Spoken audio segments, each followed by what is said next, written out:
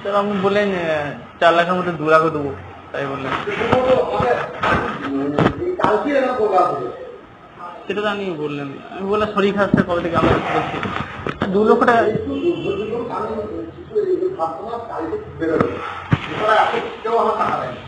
Sir 4 লাখের মধ্যে 2 লাখ দেন অন্তত আপাতত। স্যার 2 লাখ টাকা দেন প্লিজ, প্লিজ স্যার। আমি স্যার আপনার